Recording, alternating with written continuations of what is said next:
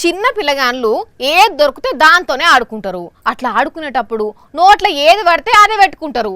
అట్లనే గిడొక పిల్లగాడు ఓ ప్లాస్టిక్ గన్నుతో ఆడుకుంటా దాని బుల్లెట్ అటే మింగిండట. ఏడాది అవుతుందట గాని ఈ ముచ్చట ఎవ్వరికి తెలియదుల్లా. గొంతు నొస్తుంది అంటే దవాఖానకు తీసుకుపోయినరట. కానీ ఎవ్వరు ఏర్పాటు చేస్తలేరట. ఇంగో ఈ పిల్లగాని ముక్కుల తొక్కు గన్నును నోట్లో పెట్టి వేల్చిండో లేకపోతే ఆడుకుంటా అటే మింగిండో తెలియదు కానీ ప్లాస్టిక్ గన్ను బుల్లెట్ సీదా గొంతు లోపలికి పోయి ఆగిందట. అవు డాక్టర్ అడుగుతేమో చెప్తుండి నుండ్రి.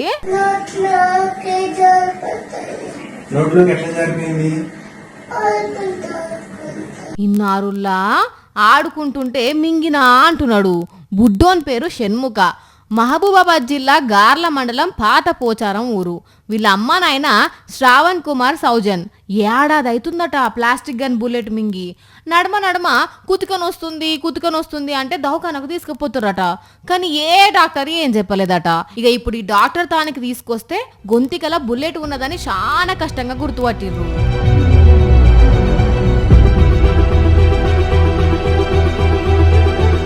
సిటీ స్కానింగ్ కూడా చిక్కలేదట. ఆఖరికి ఏదో ఉన్నదని డౌట్ వచ్చి ట్రీట్మెంట్ చేసి ఆ ప్లాస్టిక్ బుల్లెట్ను ఆపరేషన్ లేకుండానే బయటకు తీసిర్రు. ఓ తమ్మి, ఇంకోసారి ఏది పడితే అదే నోట్లో పెట్టుకోకు సరేనా. ఎంత ఉంది, ఎంత మోతాదులో ఉంది, ఏ ఏరియాలో ఉంది కూడా సిటీ స్కాన్ చెప్పలేకపోయింది. ఎందుకంటే ఇది ప్లాస్టిక్ కాబట్టి. లక్కీగా ఈ ఎండోస్కోపీ లోపలికి దాకా పంపించి ఒక ఇన్స్ట్రుమెంట్ ద్వారా తీయగలిగాను.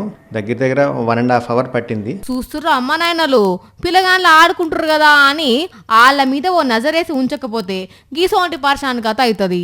అట్లనే ఏదైనా పిల్లగాళ్ళు మింగినప్పుడు ఏమైతుందిలే తెల్లారా అదే బయట పడుతుంది అని అట్లనే ఉండకుండ్రి. దవాఖానకు తీసుకుపోండ్రి సరేనా.